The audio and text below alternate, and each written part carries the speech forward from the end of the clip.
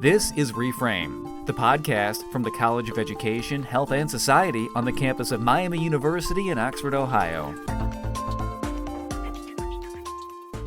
Planning for the future can be fun and exciting, but it can also be intimidating and overwhelming. Sometimes it's all of these things at once, especially for college students who are continually plotting a course into the unknown.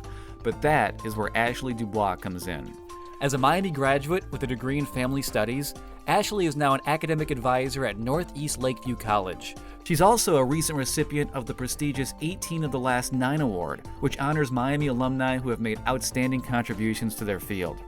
And today, Ashleigh is here to talk about some of the more personal sides of academic advising and why it's okay to sometimes feel a bit uncertain about the road ahead. Ashleigh Dubois, welcome to the podcast. Thank you for having me. So as an academic advisor, how do you generally help students, and what does your average day look like? So I work at Northeast Lakeview College, which is a part of the Alamo Colleges District in San Antonio, Texas, and it is a community college. So I have a wide variety of students who are dealing with very different things on a day-to-day basis.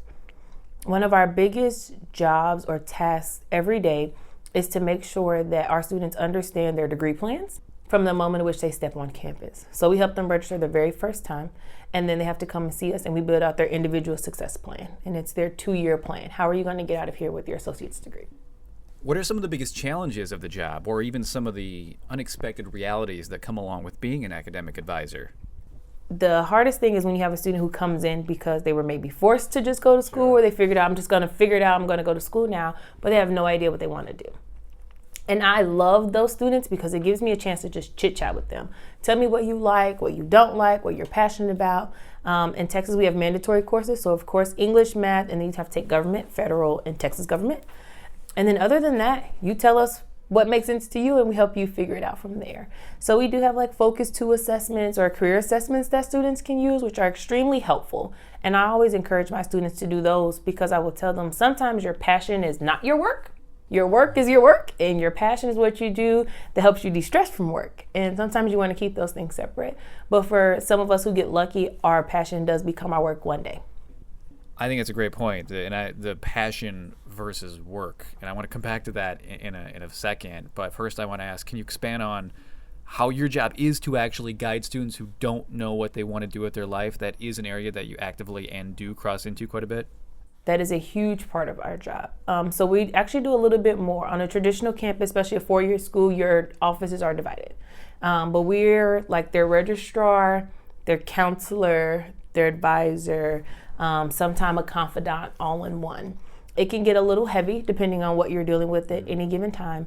But I think the greatest thing is that we have, because you have colleagues, you can say like, that one was a little heavy. I might need to like take a lap or grab a coffee or maybe get it out. And then we do have other colleagues we can refer out to. So if it's something that is maybe larger on the mental health scale, we do have a mental health counselor on site at any given time that can see our students. What do you mean by heavy? I mean, why would there be an emotional weight that would come along with someone who may just be looking for a major to study or a new career path?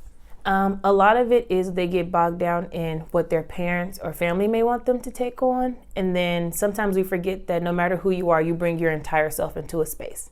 And so if they've either had a really bad day, I have a lot of parents who decide to come back later on in life.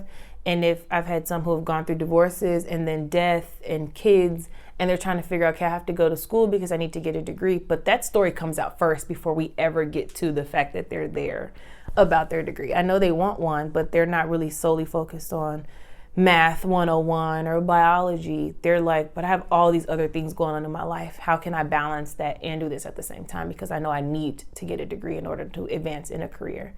So that can be pretty heavy. I can see where a background in family studies could help with that. I think that's a lot of things people don't think about with academic advising. You think it's pretty cut and dry. You come in, you choose a major, you start studying that.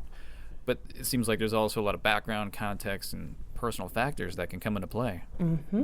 And I think at Miami, we had faculty advisors as well as the advising center. So you kind of had the best of both worlds. At the 2-year school that I'm working at Northeast Lakeview and in all of the Alamo Colleges district, our faculty are more of mentors to our students, but not advisors. So they offer more of the co-curricular, extracurricular work that can go with it. They'll do some cross-discipline work that we have going on at the institution, but for advising, the students have to come to us for a lot. We run campaigns to make sure we can get all of our students in at any given time. And they're very targeted. So we have one for our graduates. Once they core complete with us, we have a campaign for that. So we have very specific targeted things that we do to bring our students in. But sometimes you're like, okay, so you're core complete. What can I help you with? And they're like, so I want to change my major. Okay.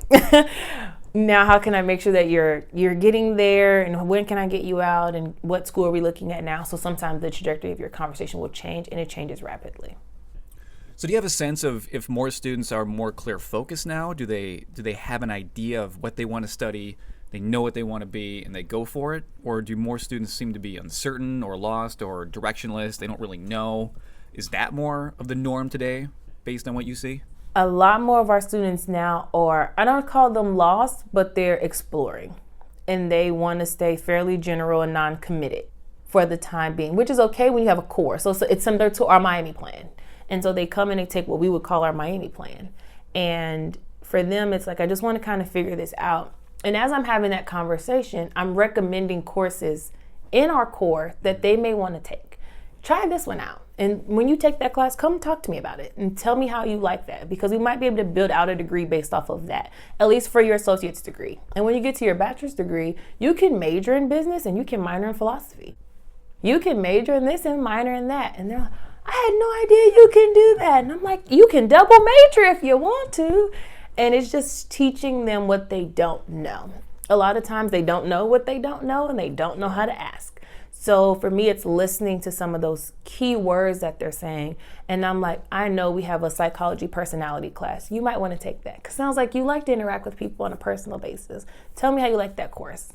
So I think they're liking the learning process of thinking, of the critical thinking, of the what ifs in the world, of feeling lost and feeling like they still have a direction at the same time. And that's kind of where I come in to help guide them through. I read in your bio that when you were here at Miami, you started off as a biochemistry major towards wanting to become a medical examiner, but then you transitioned into family studies, which is a pretty big shift. It is. Did that help you to know how you yourself change paths to then now direct students who may be facing similar crossroads? Yes. And I typically tell them that right off the bat. I changed my major 3 times. I did biochemistry, and then I said, well, I talk a lot, and so does Oprah. I think I want to be the next Oprah. So I changed my major to communication. Then I was like, I don't really want to do that either. And I was taking a family studies class, which was in the Miami plan. And I loved it and fell in love with it, and I never left. So one of the questions I really wanted to come back to was when you brought it up briefly when you talked about this idea of passion versus work. Now, from my own experience and just observations, I think the older generations, people older than me, like my grandparents, for example, they seem to have been more focused on just get a job. It's not supposed to be fun. That's why it's called work. It was more of this just get a job, pay the bills, deal with it. But the message I very much got growing up and as a young student was follow your passion. You can do anything you want, do what you love and all that. But now I feel like it's swung back the other way again. Now I feel like generations today seem to have maybe not completely back to what my grandparents saw as work, but sort of an in-between where passion's nice, but you have to be more practical and realistic. Has that thinking become more balanced between these two viewpoints now? I do think that's true, especially at a 2-year institution, because we typically have your certification programs. So we're still looking for plumbers, we're still looking for auto mechanics. So we do still need people who want a very practical life. I want to go get this certificate, and this is what I'm going to do for the next 30 years. For the other students who are kind of swinging, they're like the pendulum. They're going back and forth. What do I want to do? I think for them, we say explore. And what I always tell my students is your associate's degree and even your bachelor's degree should be the one you're interested in. Your master's degree should be the one you might want to teach on, and your doctorate degree is the one you want to be the expert in. And when they hear it that way, they're like, okay, so this is not my forever life. And I'm like, no. So I tell them, go wherever you want to go, literally shoot for the stars, and you will figure it out. But what I tell them more than anything is network, because sometimes you don't get a job based off your degree, you get a job based off who you know. And that's okay. And you figure it out. Most jobs rarely ever say, here, you know how to do this, just sit down and have at it. They teach you what they want you to do on a daily basis, and they leave room for your creativity. So get creative, get curious, ask questions, especially as you're in your degree, figure out how it can be interconnected. And if you can't, make a way. If we don't have a degree that we offer here, maybe take something that's interesting to you. When you get to your 4-year degree, you change it. And you say, I want to merge these 2 degrees together. I want to do this as a major and a minor. And you make your own way in this world, because we do have a lot more jobs that did not exist 10 years ago. especially in social media, cybersecurity. There's a lot of jobs. YouTube is an actual career. So, but there's no major. There's no YouTube major. So how did those people get there? They have a wealth of knowledge in a lot of things that they're either passionate about or they're good at. There's a young child now who gets toys from the companies, and he posts videos on YouTube about how much he likes them and doesn't like them. And I think at like 6 years old, he was a millionaire. He's sick. There's no major for this. It's literally you saying, I have this passion or this goal, and I'm willing to put myself out there. And sometimes it hits and sometimes it misses. So how do you approach those conversations? That's got to be interesting, because you do hear that, teenagers who say, "Oh, I want to be a YouTube star," and I imagine that would be attractive to some people, but that's not practical, right? Like that's not realistic for a lot of people. People who have done that or are doing that, they've all, in a certain sense, it's almost like they won the lottery. So that not a lot of people will be able to do that. Correct. That's a very interesting and hard conversation to have with students who are like, I've had many, I want to be a YouTube star. Yeah, but I don't really know how to help you get there. However, the first thing I ask is, do you have a YouTube channel? Well, no. Do you have videos? Well, no. Have you posted anything? Have you even sent it to your friends? And they're like, well, no. And I'm like, okay, so you got to start, right? The first thing we have to do is we have to start. And then from there, you kind of see what people are asking for. A lot of times you'll hear in a tutorial video, you were asking me to do a video on my eyebrows. You were asking me to do a video on this, and that's what they do.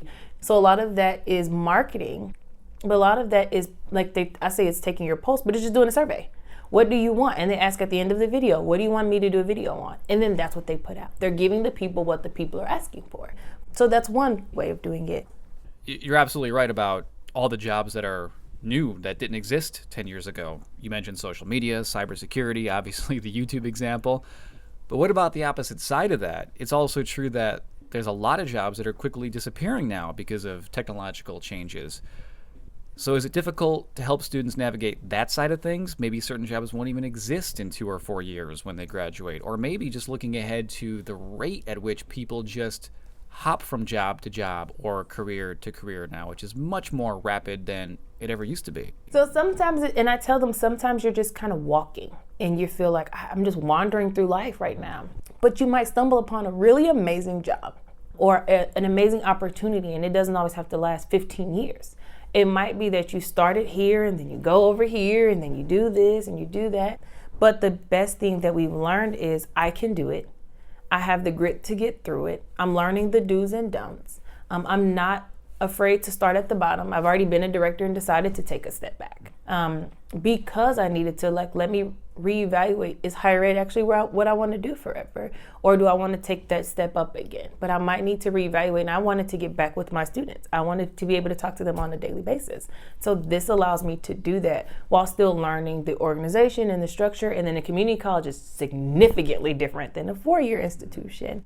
And I've done private schools, and private schools are significantly different than public schools. So being able to learn the ins and outs and not being afraid to not only fail, but take the step back or take a different route or the path unknown.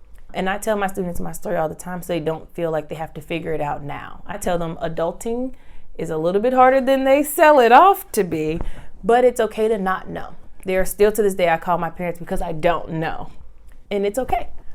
Do you think that message is reassuring for them to hear? Because you're right, it is sold as being easier than it really is, or to think that everyone else must already have it figured out, or that it should be easier for us to do so too, when real life really isn't that neat. I think that's the message most kids get. I think that's the message most adults still get. They do.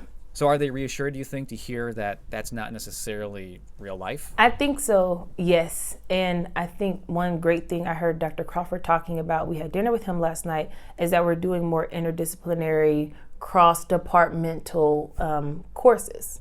Because you do need to learn a little bit of entrepreneurship in English. You need to be able to merge those fields that we never thought would come together. Because there are so many different ways of looking at life and looking at a job in a different perspective. So I do think it's reassuring that they are okay with the fact that they don't have to have it all figured out. I tell them some of my greatest mentors have taken some serious detours in their careers. The other part is that we're so young and they want to get to the top so fast. And I'm like, you might want to ask the person at the top if they think they could have done that at 18 or 19 or 22. Sometimes you need the life experience to happen to you. You need to be able to calm down a little bit. The things that are important to you and the things that are important to them at the top, whatever that position looks like, you're worried about two very different things. And so for my students, I say you will get there eventually. Take your time and learn as much as you can. So when you get there, you are 100% equipped to do that job. Because if you get there fast, you may fail fast. And I don't want that for you, just like you don't want that for you. So take your time. Live life, have fun, make mistakes. It is okay. I make mistakes all of the time, but get really good at sincerely apologizing, as well as being okay with saying, I just didn't know what I didn't know. I think that's really good advice, probably for a lot of us. All right, wonderful. Ashleigh Dubois, Miami University graduate, now an academic advisor at Northeast Lakeview College in Texas. And thank you for your time today. And if you've enjoyed this episode of the Reframe podcast, we do have many more episodes available for free right now. And you can find every episode on iTunes and on Google Play Music. And thank you for listening.